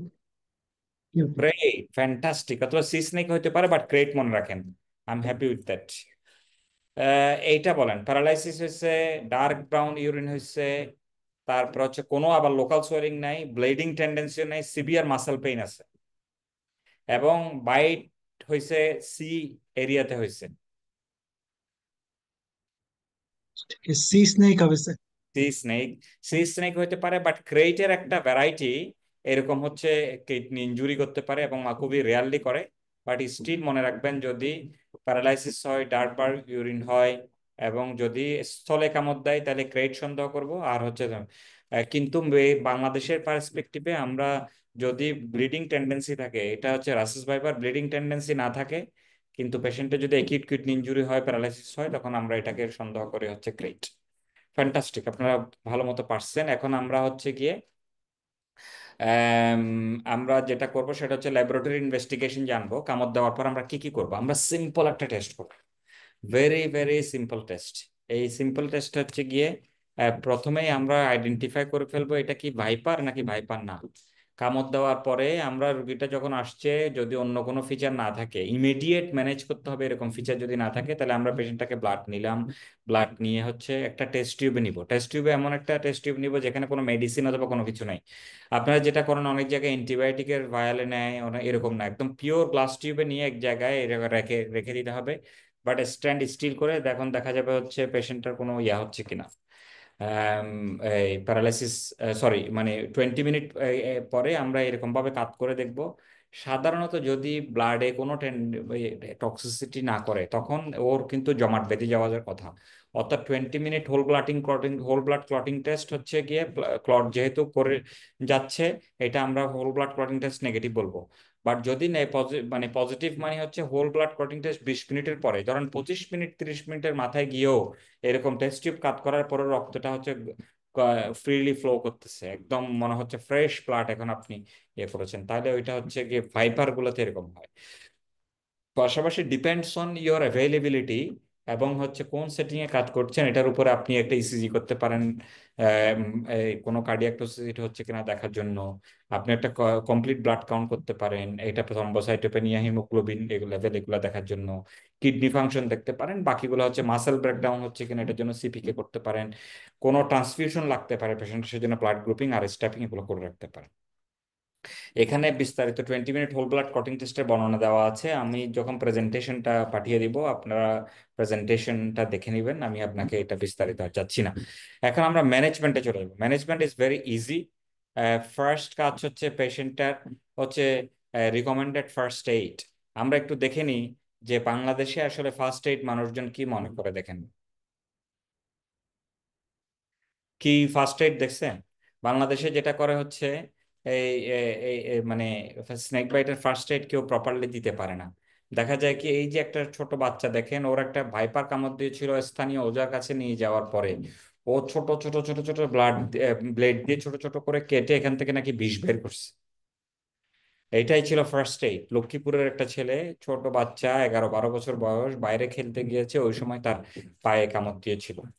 তো এটা একটা। এখন দেখেন আরেকটাতে পলিথিন বেড়াই কি করছে, পলিথিন এখানে মোড়াই দিয়ে মনে হচ্ছে লিম থ্রেটেনিং কন্ডিশন অবস্থায় আছে। আর এটাতে কি দেখেন, খুবই ডেঞ্জারাস। এটা পেশেন্টের কামড় দিয়েছে এখানে, ওরা জানে হচ্ছে বাত দিতে হবে, সে এই ওরে করছে কি, গলায় দিছে বাত। ওর ক্যারোটিড আর্টারি দুটা অবস্ট্রাকশন হয়ে যাওয়ার উপক্রম। তো এইটা দেখেন, দিস আর অল মানে বুলশিটস যে প্র্যাকটিস হয় বাংলাদেশের মানে গ্রামাঞ্চলে কেমন। এখানে দেখেন হচ্ছে বাংলা সিনেমায় হচ্ছে সাপ কামড় দেওয়ার পরে, যদি বাংলা সিনেমা নায়িকারা যদি দেখে হচ্ছে নায়ককে সাপে কামড় দিয়েছে, তখন কি করে নায়িকা গিয়ে ইয়েতে নায়কের কাছে গিয়ে বলেন তো। মুখ দিয়ে রক্ত টেনে বের করার চেষ্টা হ্যাঁ, করে নাকি? মুখ দিয়ে রক্ত উঠায় নেয়। আর একটা কাজ করে হচ্ছে দাঁত দিয়ে শাড়ির আঁচল ছিঁড়বে, আঁচল ছিঁড়ে এটা হচ্ছে আপনাকে ইয়াতে পেঁচাই দিবে। ঠিক এটা হচ্ছে বাংলা সিনেমা স্টাইল অফ এই স্নেক বাইট ম্যানেজমেন্ট। এবং এইটা এখনো পর্যন্ত বাংলা সিনেমাগুলোতে প্রদর্শিত হয়, এখান থেকে মানুষজন শিখে এবং ওইভাবে করে দেয়। এখানে দেখেন কি অবস্থা করছে, 4-5 জায়গায় কাপড় দিয়ে বাদ দিছে, এখানে তো সুতা দিয়ে বাদ দিয়ে, এগুলো অল আর মাই মানে লাইফ টাইম এক্সপেরিয়েন্স। আমি এইগুলো আমার ক্লিনিক্যাল ট্রেনিং এর সময় এই ছবিগুলো সংগ্রহ করেছি, পরবর্তীতে যেন লাগে। দেখেন এখানে কি করছে, এখানে শিমের বিচি অ্যাপ্লাই করছে, শিমের বিচি, শিমের বিচি। এখানে দেখেন বাচ্চা, এটা কোনো নন ভেনোমাস বাইট করছে, বাট এখানে দেখেন কি অবস্থা। ও মানে এইগুলা করা যাবে না। তাহলে কি করতে হবে? তাইলে করতে হবে হচ্ছে, আমরা যেটা এতক্ষণ দেখেছি এটা হচ্ছে টর্নিকেট করে, আমরা টর্নিকেট করবো না, আমরা ইমমোবিলাইজ করব। ইমমোবিলাইজ মানে হচ্ছে যেই লিম্বে কামড় দিয়েছে ওই লিম্বটা আমরা ইমমোবিলাইজ করব। যেমন ধরেন হচ্ছে এখানে ধরেন কামড় দিয়েছে, আমরা এখানে একটা এরকম ক্র্যাপ ব্যান্ডেজ মিশাবো, মিশায় হচ্ছে মানে ইয়া করো, পেঁচাবো, পেঁচাই এটাকে পুরা পায়ে পেঁচাই, একটা কাঠি দিয়ে প্রক্সিমাল এবং ডিস্টাল জয়েন্ট হচ্ছে এরকম ভাবে ইমমোবিলাইজ করে ওকে মেডিকেল কলেজে অথবা যেখানে অ্যান্টিভেনম আছে ওখানে পাঠিয়ে দিই। এখন আপনার প্রশ্ন জাগতে পারে যে আমরা গ্রামাঞ্চলে এগুলো কোথায় পাবো? গ্রামাঞ্চলে এটা পাবেন না। আপনি জাস্ট গামছা দিয়ে এভাবে বাঁধবেন, বেঁধে হচ্ছে একটা গাছের টুকরা দিয়ে বা তক্তা দিয়ে ছোট একটা স্লিং এর মতো করে বানিয়ে এটা আপনাকে পাঠিয়ে দিবেন। এখন বিষয়টা হচ্ছে আপনারা কি প্রেসারে এটাকে ইমমোবিলাইজ করবেন। আপনি এমন ভাবে এটা পেঁচাবেন যেন একটা আঙ্গুল উইথ ডিফিকাল্টি ঢুকানো যায়। তার মানে হচ্ছে গিয়ে আর্টারি সাপ্লাই বন্ধ হবে না, বাট ভেনাস ড্রেনেজ বন্ধ হবে। ওইভাবে করে আপনি প্রেসার ইমোবিলাইজটা করবেন। আলাদা কোনো এটার মেজারমেন্ট নাই, এটা সাবজেক্টিভ, ভেরি সাবজেক্টিভ, যে বাঁচছে ওনার উপর নির্ভর করবে। আর গলায় তলায় হলে বাঁধবেন না। যদি ভাইপার কনফার্ম হন ওখানে বাদ এরকম ভাবে দিবেন না, কারণ হচ্ছে গিয়ে যদি ইন্টারনাল ব্লিডিং হতে থাকে, আপনি এর উপরে যদি এরকম ভাবে প্রেসার ইমোবিলাইজ করে বাঁধেন, ভিতরে ইন্টারনাল ব্লিডিং হয়ে কম্পার্টমেন্টাল সিনড্রোম হয়ে যেতে পারে। So so be careful. আপনি জানার চেষ্টা করবেন যে কোনো ব্লিডিং টেন্ডেন্সি আছে কিনা, দেন তাহলে এটা অ্যাভয়েড করবেন। যদি না থাকে এভাবে করে আপনি ইয়াতে পাঠিয়ে দিবেন। আর সাসপেক্টেড বাইট হলেও এভাবে করে পাঠাবেন। তারপরে হচ্ছে জি বলেন প্লিজ। স্যার এই যে টর্নিকেট দিয়ে যে ইমোবিলাইজেশন করা হলো সেই ক্ষেত্রে তো স্যার মানে ভেনাস রিটার্ন তো আমি ইন্টারাপ্ট করতে পারলাম। ভেনাস রিটার্ন কি ইন্টারাপ্ট হবে যদি টর্নিকেট দেই স্যার? আপনি যে টর্নিকেট দিবেন না, টর্নিকেট ইজ কন্ট্রাইন্ডিকেটেড। আমরা দিব প্রেসার মোবিলাইজ, পুরা পাটা এরকম আমরা এই টর্নিকেট হচ্ছে এগুলা, এই টর্নিকেট দেওয়া যাবে মানে টর্নিকেট হচ্ছে বাদ দেওয়া। আমরা টর্নিকি না দিয়ে আমরা দিব হচ্ছে গিয়ে প্রেসার ইমোবিলাইজ করব। মানে আমরা এই একটা দামি মানে মোটা লম্বা এ, গামছা অথবা শাড়ির কাপড় এরকম ভাবে পেঁচাই, তারপর হচ্ছে পেশেন্টটাকে পাঠাবো, কেমন? আচ্ছা, কিন্তু সেক্ষেত্রে কি স্প্লিন্টের মতো একটা কিছু দিয়ে দিতে হ্যাঁ, হবে? অবশ্যই দিতে হবে। এটা না হলে আপনি, কারণ জয়েন্ট যদি মুভ করে মাসেলও মুভ করবে এবং ওই ভেনামটা উপরের দিকে উঠতে থাকবে ভেনাস ড্রেনেজ হয়ে। সেজন্য আমরা এটাকে ইমোবিলাইজ রাখতে চাই যেন হচ্ছে মাসেল মুভ না করে মতো। আর এমন ভাবে দিতে চাই যেন আপনি যদি আর্টারি সাপ্লাই বন্ধ করে দেন তাহলে তো ডিস্টাল গ্যাংগ্রিন হয়ে যাবে এখানে। সুতরাং আর্টারি সাপ্লাই বন্ধ করা যাবে না, কেমন? তো সুতরাং আর এই এই মানে এইটা হচ্ছে ফার্স্ট এইড। এইটা দেওয়ার পরে আমরা যখন অ্যান্টিভেনম শুরু করে এটা আস্তে আস্তে খুলে দিতে থাকি। ওইটা নিয়ে আমি পরে আপনাদের প্রশ্নের জবাব দিব। আপনারা যেটা করবেন না, ওজার কাছে আনসাইন্টিফিক চিকিৎসার জন্য কাউকে পাঠাবেন না, বা আপনি না পাঠানো উদ্বুদ্ধ করবেন। অনেকগুলো হার্মফুল এবং নট রিকমেন্ডেড চিকিৎসা গ্রামাগঞ্জে প্রচলিত আছে, যেমন টর্নিকেট করা, ইনসিশন দেওয়া, লোকালি সাকশন করা বাংলা সিনেমা স্টাইলে। তারপর হচ্ছে আপনার কেমিক্যাল দেওয়া, ওখানে অনেকে কেমিক্যাল দিয়ে ওইটাকে নাকি পোড়াই ফেলে বিষগুলাকে। তারপর বিভিন্ন ধরনের ম্যাটেরিয়াল মানে মুরগি হাঁসের বিষটা প্রয়োগ করা হয়, বিভিন্ন ধরনের কিছু দেওয়া হয়। তারপর হচ্ছে অনেকে হার্বাল প্রোডাক্ট খাওয়ায়, বমি করা হয় নাকি, বমির সাথে নাকি বিষ বের হয়ে যায়, এবং এটার জন্য আননেসেসারি তো আপনার ইয়া হতে থাকে, ডিলেইং হতে থাকে এবং পেশেন্ট হচ্ছে মারা যেতে থাকে পারে। ওকে, সো এখন দেখেন আমরা তাহলে হসপিটালে আপনার কাছে আসছে পেশেন্টটা, এখন আমরা কিভাবে ট্রিট করব? আপনি ধরেন এতক্ষণ যত কিছু বললাম, পেশেন্টটা আসলো, এখন আপনি পেশেন্টটা আসছে তখন দেখলেন গাস্পিং। আপনি পেশেন্টটার, আমি আপনাকে বললাম হচ্ছে পেশেন্টটাকে ছবি দেখান, পেশেন্টটাকে স্নেকের ছবি দেখান, স্পেসিমেন দেখান, পেশেন্টটাকে হচ্ছে অথবা পেশেন্টের কাছ থেকে জানতে চান কোন সাপ কামড় দিয়েছে। এগুলো যদি করতে যান পেশেন্টের খারাপ অবস্থায়, তাহলে মানে আপনার ম্যানেজমেন্ট হবে না। আপনাকে ম্যানেজমেন্টটা হবে হচ্ছে এবিসি: এয়ারওয়ে, ব্রিথিং সার্কুলেশন আগে দেখতে হবে। কোনো পেশেন্টের যদি এগুলাতে প্রবলেম আসে, তাহলে forget about history taking about snake identification, manage the patient first. সুতরাং যে এয়ারওয়ে যদি আপনার ইয়া হয়, এয়ারওয়ে যদি আপনার, সরি একটা মিনিট, হ্যাঁ এয়ারওয়ে যদি, এয়ারওয়ে ব্রিদিং সার্কুলেশন, এয়ারওয়ে কিভাবে চেক করবেন? এবিসি কিভাবে চেক করে আপনাদের ইমার্জেন্সি? এটা মনে হয় ইয়া হয়েছে, এয়ারওয়ে কিভাবে চেক করবেন? স্যার, স্যার মানে চেস্ট রাইজিং দেখে এবং ওইটা কিভাবে আপনি ইয়া করবেন? জাস্ট নিয়ে মুখে, মানে মুখের কাছে তার মাথাটা নিয়ে ওখান থেকে দেখতে হবে যে তার চেস্ট আপরাইজ করতেছে কিনা। আচ্ছা, এয়ারওয়ে হচ্ছে এখানে, মানে এটাই এয়ারওয়ে। আপনি প্রথমে পেশেন্টটাকে যদি জিজ্ঞেস করেন আপনার নাম কি, পেশেন্টটা যদি জিজ্ঞেস করতে পারে আমার নাম আনোয়ার, তাহলে মনে করবেন হচ্ছে পেশেন্টটার এয়ারওয়ে ইনটেক্ট আছে। এয়ারওয়ে যদি ইনটেক্ট না থাকে, যেমন ধরেন হচ্ছে পেশেন্টের মানে এখানে অবস্থা, এখানে প্যারালাইসিস হয়ে গেছে, সে কথা বলতে পারবে না, তখন কথা হচ্ছে নেজাল ভয়েসে কথা বলবে, অথবা বমি হয়ে এখানে রিগার্জিটেশন হয়ে গেছে, এখানে হচ্ছে অ্যাসপিরেশন হয়ে গেছে। অ্যাসপিরেশন হলেও কিন্তু পেশেন্টটা কথা বলতে পারবে না, অথবা গড়গড় করে শব্দ হবে। সুতরাং পেশেন্টের সাথে কথা বললে আপনি বুঝতে পারবেন এয়ারওয়েতে কোনো প্রবলেম হচ্ছে কিনা। ব্রিদিং হচ্ছে সে স্পন্টেনিয়াস ব্রিদিং নিচ্ছে কিনা, খুব হাইপার ব্রিদিং হচ্ছে কিনা, তাহলে চেস্ট মুভমেন্টটা দেখলেন, হচ্ছে ব্রিদিং। সাথে কি করতে পারেন আপনি, হচ্ছে ব্রিদিং এর সাথে আপনি অক্সিজেন স্যাচুরেশনটা দেখে ফেলেন কথা বলার সময়, দেখলেন এখানে একটা পালস অক্সিমিটার চালান, এগুলো সব জায়গাতে আছে এখন। পালস অক্সিমিটার এখানে লাগানোর পরে দেখলেন হচ্ছে কোনো অক্সিজেন স্যাচুরেশন ড্রপ করছে কিনা। তারপরে আপনি যাবেন হচ্ছে গিয়ে সার্কুলেশনে ব্লাড প্রেশারটা মাপবেন। এইটা যে কোনো patient, not only snake bite, any পেশেন্টের ক্ষেত্রে এটা করবেন। এগুলো যদি ভালো থাকে, পেশেন্ট স্টেবল থাকে, ইমিডিয়েট কোনো রিস্ক আপনার মনে হচ্ছে না, দেন আপনি কোত্থেকে আসছে, বাড়ি কই, কোন সাপ কামড়তেছে, ছবি দেখান, ওর ছবি যদি কোনোটা কিছু নিয়ে আসে ওটা দেখেন, বা ডিটেইল হিস্ট্রি নেন। বাট পেশেন্টের যদি এখানে কোনো কিছু প্রবলেম পান, ম্যানেজ দি ইমার্জেন্সি ফার্স্ট। পেশেন্টের যদি হাইপোক্সিয়া পান, অক্সিজেন দেন। পেশেন্টের যদি রেসপিরেটরি অ্যারেস্টে চলে যায়, ইন্টিউবেট করেন, আমি এটা যাব। এরপরে আপনি ডিটেইল ক্লিনিক্যাল অ্যাসেসমেন্ট করেন, এখানে যদি কোনো প্রবলেম না থাকে, কোনো নিউরোলজিক্যাল ফিচার আছে কিনা দেখবেন, আর্লি টোসিস শুরু হয়েছে কিনা, পেশেন্ট স্টেবল, কিন্তু আপনি দেখলেন চোখের পাতা দুইটা পড়ে যাচ্ছে। অথবা আপনি এটা একটা 20 minute whole blood clotting test করেন, দেখেন হচ্ছে এটা হোল ব্লাড ক্লটিং টেস্টটা হচ্ছে গিয়ে পজিটিভ, মানে 20 মিনিটের উপরে হয়ে গেছে, এখনো ব্লাড ক্লট করছে না। তাহলে এটা আপনি ডিটেইল অ্যাসেসমেন্টে আপনি যেতে পারবেন। বাট লোকাল সাইড দেখেন, ফুলে গেছে কিনা, ব্যথা হচ্ছে কিনা, এগুলো দেখেন, পেশেন্টটার সিন্ড্রোমিক অ্যাপ্রোচ করেন। ঠিক আছে, তারপরে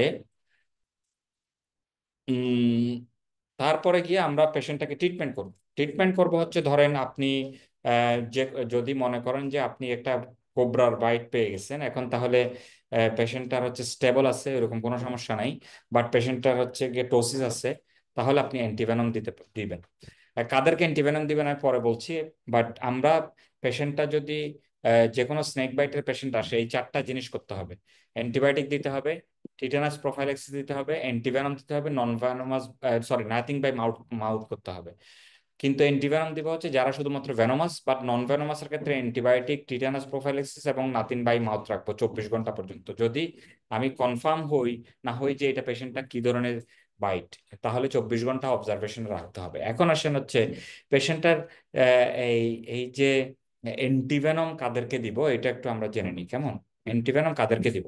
অ্যান্টিভেনম হচ্ছে যাদের আপনি কোনো ধরনের নিউরোটক্সিসিটি সাইন পান, পেশেন্ট টোসিস, ব্রোকেন নেক, রেসপিরেটরি মাসেল প্যারালাইসিস, এগুলাকে আপনি অ্যান্টিভেনম দিবেন। যদি যেখানে কামড় দিয়েছে এখানে যদি আপনার ইয়া হয়, খুব দ্রুত এক্সটেনশন হয় বাইট সাইটের গ্যাংগ্রিন অথবা নেক্রোসিস, তাহলেও দিবেন। ও একটা রাসেস ভাইপার কামড় দেওয়ার পরে আপনি অন্য কোনো ফিচার পালেন না, বাট ওর কিডনি ইনজুরি হচ্ছে, তাহলে দিবেন। অথবা ওর কার্ডিয়াক প্রবলেম হচ্ছে, তাহলেও অ্যান্টিভেনম দিতে হবে। রাসেস ভাইপার ব্লিডিং প্রবলেম করতেছে বা কোয়াগুলোপ্যাথি করছে, আর কোনো সমস্যা নাই, তাহলে দিতে হবে। এখন বিষয়টা হচ্ছে আপনাকে কনফার্ম হইতে হবে যে আমি কোন ধরনের ইয়াকে মানে ওর মানে কোনো টক্সিসিটির ফিচার আছে কিনা। টক্সিসিটির ফিচার না থাকলে, আপনি যদি কনফার্ম হন যে এটা স্নেক বাইট ছিল এবং এটা কোবরা বাইট ছিল, কিন্তু সে কোনো নিউরোটক্সিসিটি ফিচার করে নাই, কোনো লোকাল এনভায়রনমেন্ট করে নাই, বা এটা রাসেস ভাইপার ছিল বা বাইট ছিল, বাট কোনো কোনো হাতে কোনো ধরনের মানে বাইট সাইডে কোনো ধরনের ব্যথা হচ্ছে না, ফুলে নাই, ব্লাডে কোনো ধরনের হেমাটোলজিক্যাল টক্সিসিটি হয় নাই, কিডনিতে প্রবলেম হয় নাই, এই ধরনের অর্থাৎ সাইন অফ টক্সিসিটি যদি না থাকে, then don't go for any antivenom treatment. অ্যান্টিভেনমটা আমরা কিভাবে দিব, আমি একটু অ্যান্টিভেনমটা আপনাদেরকে দেখাই বাংলাদেশে যেটা পাওয়া যায়। এই যে দেখেন, বাংলাদেশে যেটা পাওয়া যায় এটার নাম হচ্ছে পলিভ্যালেন্ট অ্যান্টিভেনম। মনে রাখবেন এই পলিভ্যালেন্ট অ্যান্টিভেনমটা, পলিভ্যালেন্ট কেন বলে, এখানে বিভিন্ন ধরনের সাপের কামড়েরই আছে। এই মানে বিভিন্ন ধরনের সাপের অ্যান্টিভেনম আছে, 4 ধরনের। এটা ইন্ডিয়া থেকে আনা হয়, এবং এই বাংলাদেশে যেটা পাওয়া যায় আসলে ওরাও মূলত হচ্ছে এটা প্যাকেজ করে, বাট আমরা এখনো অ্যান্টিভেনম তৈরি করতে পারি না। বাট বাংলাদেশ সে রিসার্চ চলতেছে রাসেস ব্যাপারের এগেনস্ট অ্যান্টিভেনম তৈরি করার জন্য, যেটা অনেকটা কাছাকাছি মানে ভেনম ক্যারেক্টারাইজেশন হচ্ছে এখন। এই দেখেন, এটা একটা অ্যান্টিভেনম পাউডার, এবং সাথে একটা এরকম পানির ইয়ে থাকে, ডিস্টিল ওয়াটারের। এই প্রতিটা প্যাকেটের ভিতরে এরকম থাকে, এবং এই প্রতিটা ভ্যানমের ভিতরে 4 ধরনের শেপের অ্যান্টিভেনম থাকে। একটা হচ্ছে কোবরা, একটা হচ্ছে ক্রে, একটা রাসেস ভাইপার, একটা সয় স্কেল ভাইপার। দেখেন বাংলাদেশে কিন্তু সয় স্কেল ভাইপার নাই, সুতরাং বাংলাদেশে যে সমস্ত হচ্ছে বিষাক্ত সাপগুলো আছে, ওই বিষাক্ত সাপগুলোর ভিতরে অনলি এই 3টা সাপের এগেনস্ট হচ্ছে অ্যান্টিভেনম আছে। কেমন? আচ্ছা, এখন আসেন হচ্ছে, আপনি যদি গ্রিন পিটের অ্যান্টিভেনম কি এখানে আছে? গ্রিন ভাইপারের আছে কি? না স্যার। নাই। সুতরাং গ্রিন ভাইপারের আমরা সিমটোমেটিক ম্যানেজমেন্ট দিই, কোনো ধরনের অ্যান্টিভেনম দিতে পারি না। যদি আমরা ক্রেট হয়, কোবরা হয়, অথবা রাসেস ভাইপার হয়, এই 3 ধরনের সাপের ক্ষেত্রে বাংলাদেশে আমরা অ্যান্টিভেনম দিতে পারি, এটা মাথায় রাখবেন। এখন কিভাবে দিব? আমরা মূলত অ্যান্টিভেনম দিব হচ্ছে গিয়ে এরকম, যে কোনো ইরেসপেক্টিভ অফ এইজ এবং sex, irrespective of physical condition অথবা কোমরবিড কন্ডিশনস, পেশেন্টকে 10 ভায়াল অ্যান্টিভেনম দিতে হবে। অ্যান্টিভেনম ভায়ালের প্রিপারেশনটা একটু দেখেন। প্রথমে হচ্ছে এখানে একটা পাউডার আছে, এই পাউডারের সাথে আপনি এটা মিক্স করে দিবেন, মিক্স করে এটাকে ঝাঁকাবেন। এখানে 10 ml ডিস্টিল ওয়াটার আছে, তাইলে এই দুইটা মিলে কত ml হইলো? 10 ml হইলো। এরকম 10টা ভায়াল মিক্স করবেন, তাহলে কত ml হবে? 100 ml। 100 ml হবে। ওই 100 ml কে আরেকটা 100 ml নর্মাল স্যালাইনের সাথে মিক্স করে আপনি অ্যান্টিভেনমটা প্রয়োগ করবেন। এখন অ্যান্টিভেনম প্রয়োগ করার শর্ত আছে, আপনি সাথে সাথে দিতে পারবেন না। প্রথম হচ্ছে অ্যান্টিভেনম দেওয়ার পূর্বে পেশেন্টটার হচ্ছে আপনার এইরকম ডেলটয়েড মাসেলে এই সাবকিউটেনিয়াসলি আপনি করবেন কি হচ্ছে অ্যাড্রেনালিন দিয়ে দিবেন to prevent antivenom anaphylaxis. Antivenom induced anaphylaxis prevent করার জন্য আপনি ইয়ে করবেন, এই ওয়ান মানে হাফ এম্পুল, মানে হাফ 1 ml, 0.5 ml আর কি, 0.5 ml হচ্ছে এরকম ইয়ে নিয়ে, বা ওয়ান ফোর্থ তো নিতে পারেন, 1/4 অ্যাম্পুল অ্যাড্রেনালিন নিয়ে এটা সাবকিউটেনিয়াসলি দিয়ে দিবেন। বাচ্চা হলে 1/8 অ্যাম্পুল দিবেন, দিয়ে আপনি অ্যান্টিভেনমটা শুরু করবেন। ইনিশিয়ালি 10 থেকে 15 ড্রপ পার মিনিটে দিবেন, আধা ঘন্টা মানে 10 থেকে 15 মিনিটের ভিতরে যদি কোনো প্রবলেম না হয়, তারপর হচ্ছে increase the rate of administration, এবং try to finish the antivenom within 1 to 2 hours। 60 drop করে দিলে মোটামুটি এটা হচ্ছে 1 থেকে 2 ঘন্টার ভিতরে শেষ হয়ে যাবে। এখন আসেন হচ্ছে, আমরা তো অ্যান্টিভেনম দিলাম, অ্যান্টিভেনম বিস্তারিত এখানে পদ্ধতি লেখা আছে, আমরা দিব। বাট অ্যান্টিভেনম দেওয়ার পরে আপনাকে যেটা করতে হবে সেটা হচ্ছে যে পেশেন্টের অ্যান্টিভেনম ইনডিউসড কোনো রিয়াকশন হচ্ছে কিনা এটা মাথায় রাখতে হবে। অ্যান্টিভেনম দেওয়ার পরে 3 ধরনের রিয়াকশন হতে পারে, একটা হচ্ছে বলা আর্লি অ্যানাফাইল্যাক্সিস, একটা প্রায়োজেনিক রিয়াকশন, একটা লেট রিয়াকশন। আর্লি অ্যানাফাইল্যাক্সিস অন্য যে কোনো ওষুধের ক্ষেত্রে যেরকম হয়, যেমন অ্যান্টিবায়োটিক দিলে হতে পারে, ভ্যাকসিন দিলে হতে পারে, এরকম অ্যান্টিভেনম দিলেও আর্লি অ্যানাফাইল্যাক্সিস হতে পারে। আর পাইরোজেনিক রিয়াকশন হচ্ছে কোনো স্যালাইন ট্যালাইন দেওয়ার পরে যেরকম হচ্ছে এরকম ভাবে মানে ইয়া শুরু হয়, এক ধরনের হচ্ছে কাঁপুনি শুরু হয়, এটা পাইরোজেনিক রিয়াকশন, আপনারা সবাই এটা জানেন। সুতরাং হচ্ছে আমি এটা বিস্তারিত যাচ্ছি না, পরে দেখাবো। বাট আর্লি অ্যানাফাইল্যাক্সিসটা ভেরি ইম্পর্টেন্ট। অ্যান্টিভেনম দেওয়ার পরে যদি অ্যানাফাইল্যাক্সিস শুরু হয়, তখন হচ্ছে পেশেন্টটাকে ওইটা ম্যানেজ করতে হবে। তাহলে অ্যানাফাইল্যাক্সিস ম্যানেজমেন্টের জন্য প্রথমে যেটা করতে হবে, আমরা যেটা কিভাবে বুঝবো যে অ্যানাফাইল্যাক্সিস হচ্ছে, অ্যানাফাইল্যাক্সিস এর ফিচার আপনারা সবাই জানেন। পেশেন্ট যেমন ধরেন হচ্ছে ইচিং হতে পারে সারা গায়ে, আর্টিকেরিয়া উঠে যেতে পারে, ঠোঁট ফুলে যেতে পারে, চোখ ফুলে যেতে পারে, পেশেন্টের হঠাৎ শ্বাসকষ্ট শুরু হয়ে গেছে, ডায়রিয়া, ভমিটিং এগুলো শুরু হয়ে গেছে। আপনারা সবাই অ্যানাফিলাক্সিস এর ফিচার জানেন, আমি ওই বিস্তারিত যাব না। এটা ইউজুয়ালি 10 মিনিট থেকে 180 মিনিট বা 3 ঘন্টার ভিতরে এটা শুরু হয়।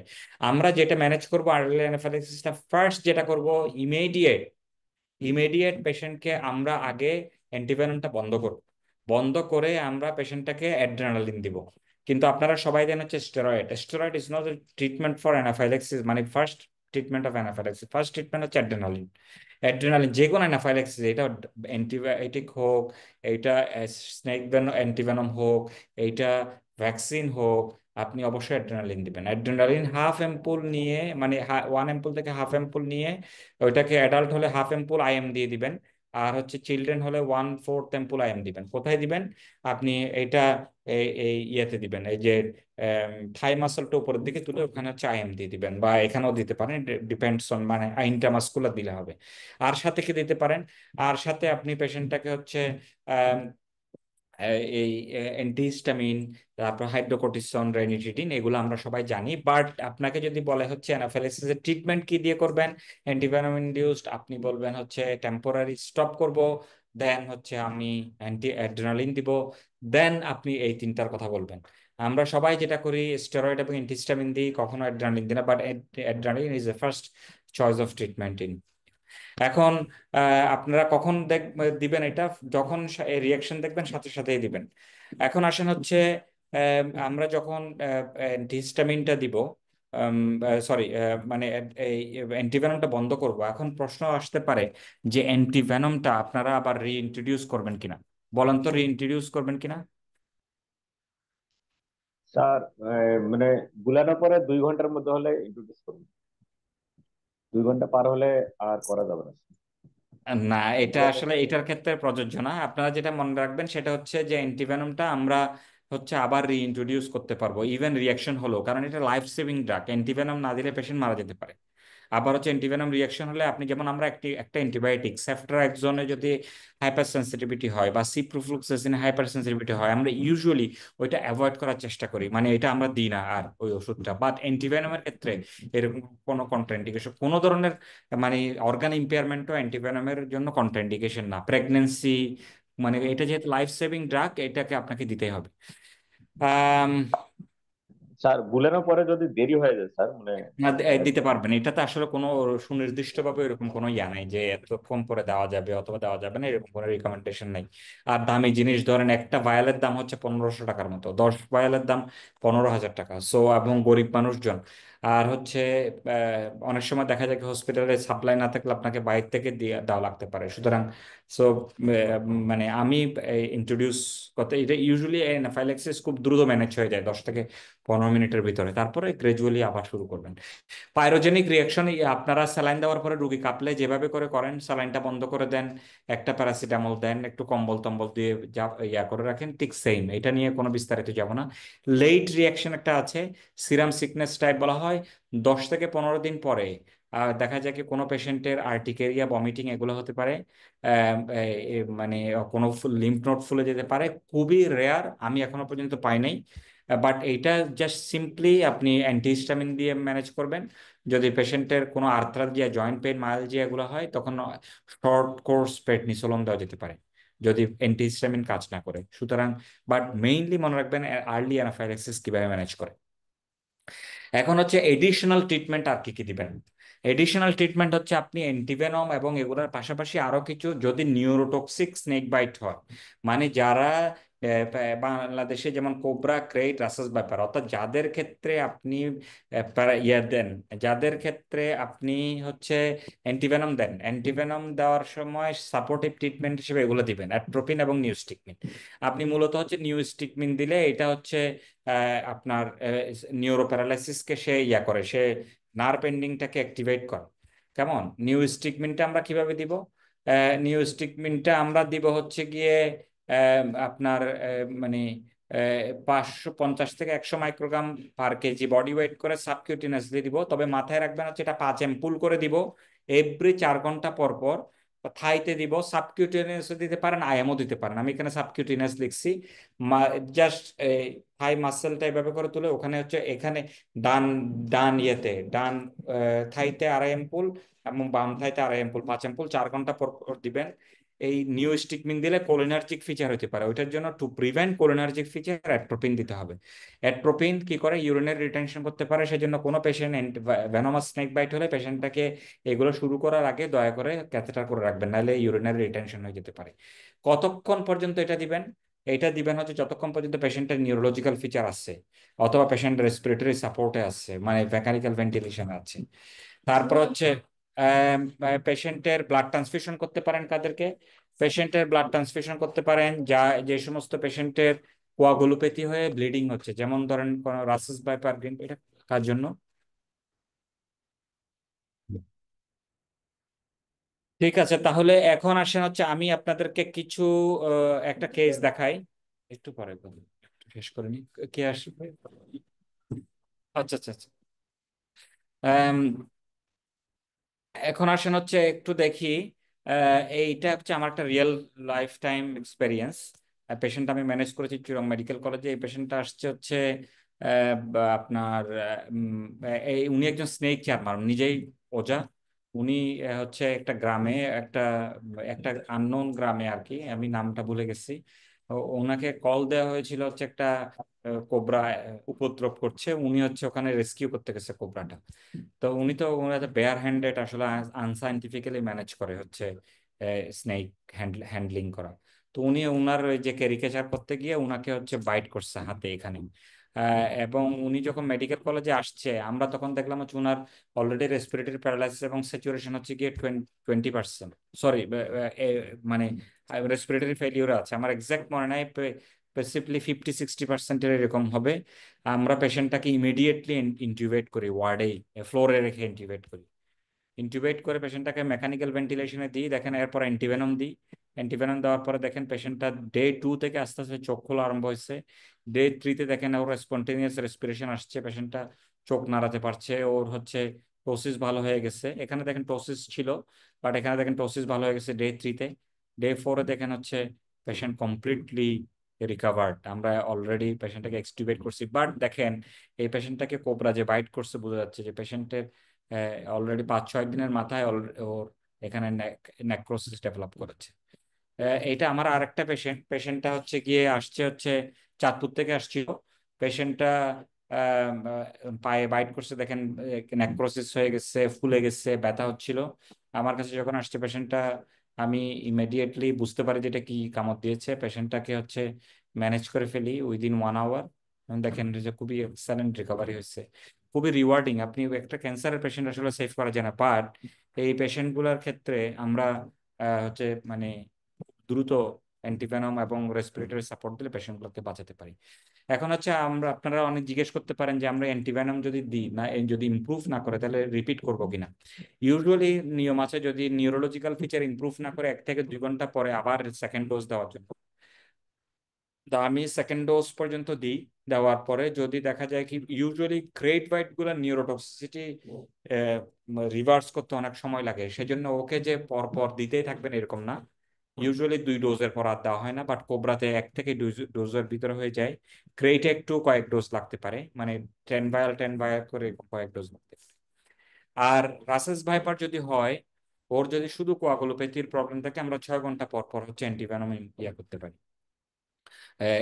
দিতে পারি। আম, কিছু জিনিস আমরা দিব না। আমরা যেটা করি যে গ্রামে যখন কোনো পেশেন্ট আসে বা চেম্বার যখন আসে, আমরা ফার্স্ট কাজ যেটা করি, এটা স্নেক বাইট হোক ইনসেক্ট বাইট হোক, এই পেশেন্টটাকে অ্যান্টিহিস্টামিন দিয়ে আর কর্টিকোস্টেরয়েড দিই, which is not recommended unless antivenom reaction ছাড়া। তো সুতরাং পেশেন্টটা যখন অ্যান্টিহিস্টামিন দেয়, দেখা যায় কি উপজেলা লেভেলে একটা পেশেন্টকে স্নেক বাইট নিয়ে আসছে, অ্যান্টিভেনম দেওয়া হয়েছে, স্টেরয়েড দেওয়া হয়েছে, পেশেন্টটা এরকম হচ্ছে শুরু করছে কি ওই ড্রাউজি হয়ে গেছে। মেডিকেল কলেজে আসছে, জুনিয়র কোনো মেডিকেল ডক্টর এটাকে দেখছে, দেখে মনে করছে যে এই যে ওর ড্রাউজিনেসটা হচ্ছে গিয়ে আপনার মানে নিউরো প্যারালাইসিসের মতো, ও দিছে অ্যান্টিভেনম, এরকমও কিন্তু ইয়াস। সুতরাং আপনি অ্যান্টিহিস্টামিন দিবেন না unless there is any antivenom reaction, এগুলো নট রিকমেন্ডেড।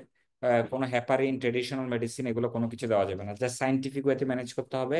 স্নেক বাইটের সাইন্টিফিক চিকিৎসা আছে, এটা হচ্ছে বিষয়। বিট অ্যান্ড পার্টের চিকিৎসা ইউজুয়ালি যে যারা লোকাল এনভেনমেশন করে ওদের যদি নেক্রোসিস হয় এটা সার্জিক্যাল ডেভেলপমেন্ট লাগতে পারে। সেকেন্ডারি ইনফেকশন প্রিভেন্ট করার জন্য ব্রড স্পেকট্রাম অ্যান্টিবায়োটিক দিতে পারেন।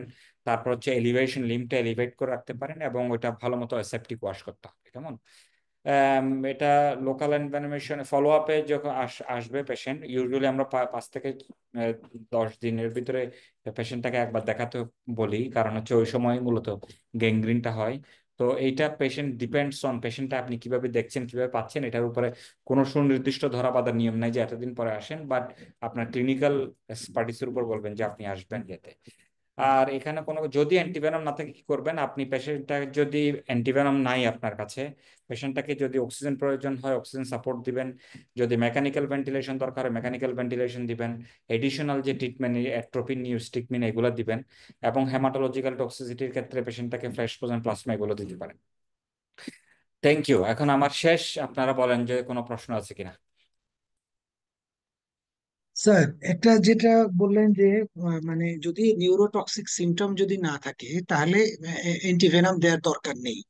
এখন এই যে নিউরোটক্সিক সিমটম ডেভেলপ করার জন্য আমরা কতক্ষণ পর্যন্ত ওয়েট করতে পারি যেটা দেখার জন্য যে তার নিউরোটক্সিক সিমটম ডেভেলপ করলো কি করলো না, মানে স্যার, সরি, স্যার আমার কথা কি শোনা? এখন শুনতে পাচ্ছি, জি আমি একটু সরি আ- টাইম। স্যার আমার কোয়েশ্চেনটা ছিল যে নিউরোটক্সিক সিমটম ডেভেলপ না করলে তো আমি অ্যান্টিভেনাম দিব না। না, তো সেই ক্ষেত্রে স্যার কতক্ষণ পর্যন্ত মানে 24 আমি ঘন্টা স্নেক পর্যন্ত বাইট আপনি পেশেন্টটাকে ইয়াতে রাখবেন, অবজার্ভ। অবজারভেশন? 24 ঘন্টা পরে ইউজুয়ালি আর হবে না। 24 ঘন্টা পর্যন্ত ওয়েট করবো, মানে এই এই একটা সময় পর্যন্ত আমি না, যদি ডেভেলপমেন্ট না করে সে।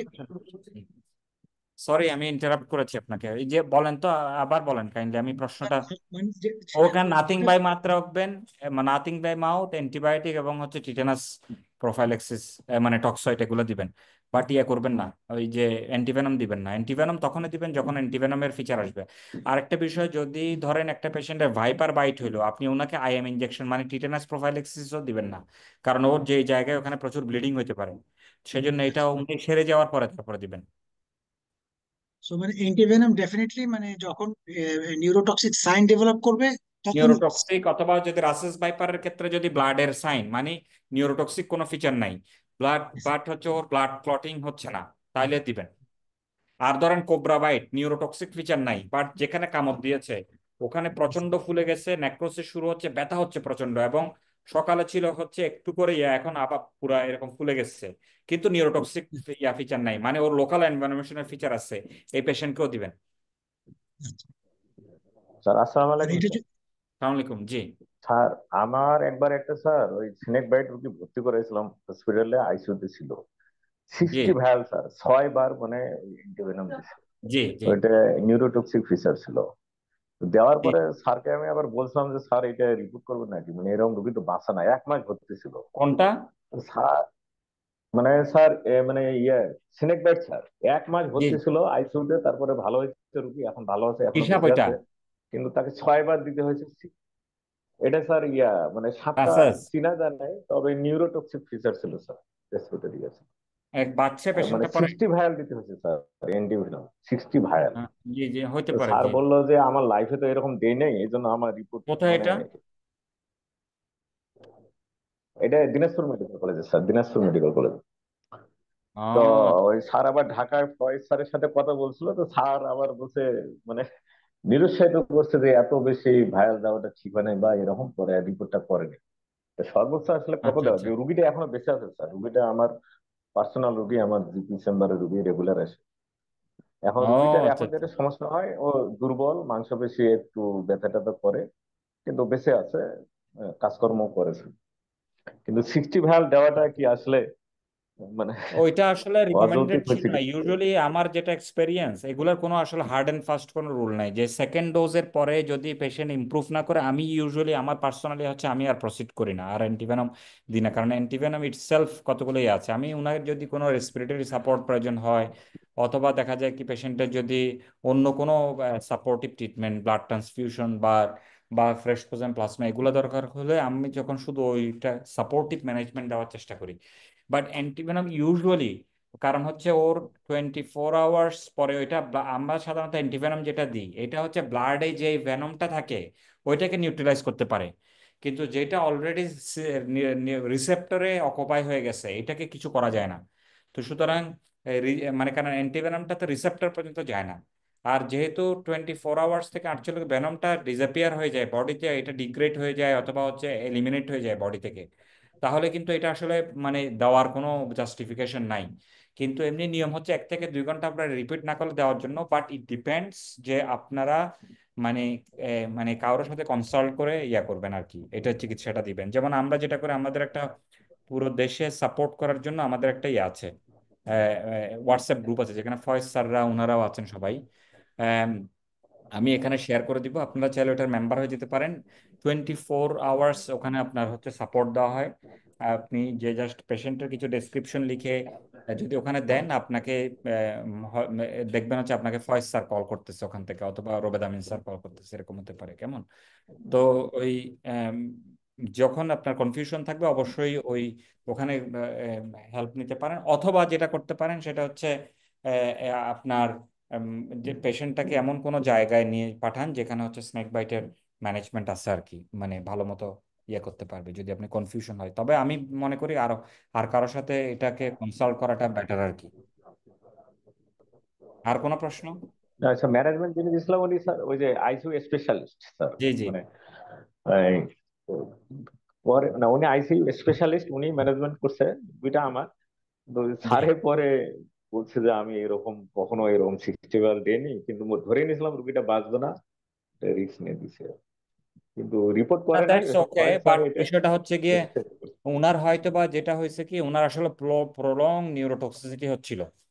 প্রলং নিউরোটক্সিসিটি এবং prolong neurotoxicity prolong neurotoxicity usually হচ্ছে যাদের রিসেপ্টর গুলো অকুপাই হয়ে যায় ওনাদের। এখন আপনি যে অ্যান্টিভেনমটা দিলেন ওই অ্যান্টিভেনমটা কিন্তু ওনার রিসেপ্টরে যাবে না।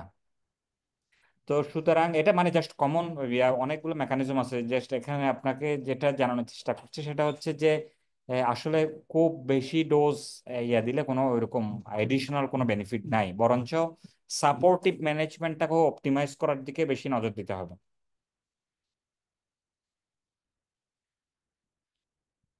আর কোনো কিছু আপনাদের যদি কোনো প্রশ্ন না থাকে তাহলে আমি ওই স্যার ইয়েটার ওই প্রেগনেন্সিতে স্নেক বাইট হলে অ্যান্টিভেনম তো দিব নাকি, এটা দিবেন। তো life no scheme? Contraindication, no contraindication, আপনি অবশ্যই দিবেন।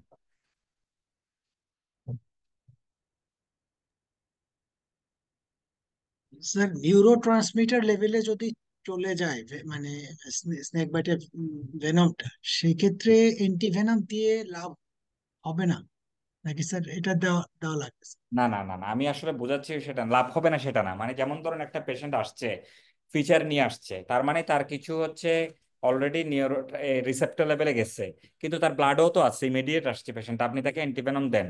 কিন্তু ধরেন আপনি যেগুলো বলেন যে 6 ডোজ দিয়েছে 1 মাস ধরে, 1 মাস ধরে সময়ে, তাহলে ওর তো ব্লাড থেকে অলরেডি ডিসঅ্যাপিয়ার হয়ে চলে গেছে। আমি ফার্স্ট ডোজের ক্ষেত্রে আপনি এগুলো কোনো কিছু চিন্তা করবেন না, ফিচার আচ্ছা। পাইছেন অবশ্যই দিবেন, ওর ব্লাডেও আছে ইয়াতেও গেছে, ওর নিউরো রিসেপ্টরে গেছে মানে কি তার হচ্ছে ইয়াতে শুরু হয়েছে, এই অলরেডি টক্সিসিটি শুরু হয়ে গেছে। তো এটা তো কথা অবশ্যই দিবেন। আর এত কমপ্লিকেটেড ওয়েতে মনে রাখার দরকার নাই, সিম্পলি মনে রাখেন যদি পেশেন্টের ফিচার থাকে আমরা দিব। রিপিট আমরা 1 থেকে 2 ঘন্টা পরেও যদি অ্যান্টিভেনম দেওয়ার পরেও যদি ওর সিমটমস গুলো থেকে যায় তাহলেও দিব। আর থার্ড ডোজ অথবা ফোর্থ ডোজ এগুলোর ক্ষেত্রে আমরা কনসালটেশন করে দিব, এটা মাথায় রাখেন শুধু। ওকে, থ্যাংক ইউ। আচ্ছা, আপনাদের আর যে 2টা টপিক আছে, একটা টপিক হচ্ছে গিয়ে ওপিসি পয়জনিং, এবং একটা টপিক হচ্ছে আর্লি মানে অ্যানাফাইলাক্সিস, ম্যানেজমেন্ট অফ অ্যানাফাইলাক্সিস বা অ্যালার্জিক ম্যানেজমেন্ট। এটা আমি হচ্ছে আপনাদেরকে নেক্সট আরেকটা দিন ইয়ে দিব। আমি আসলে 19 তারিখ ব্যাক করবো ইংল্যান্ডে, এরপরে যে কোনো একটা দিন আপনাদেরকে এই এই ওই টপিকটা নিবো আর কি। কেমন? Thank you. Thank you sir, আসসালামু থ্যাংক ইউ আলাইকুম। স্যার। ভালো থাকেন জি।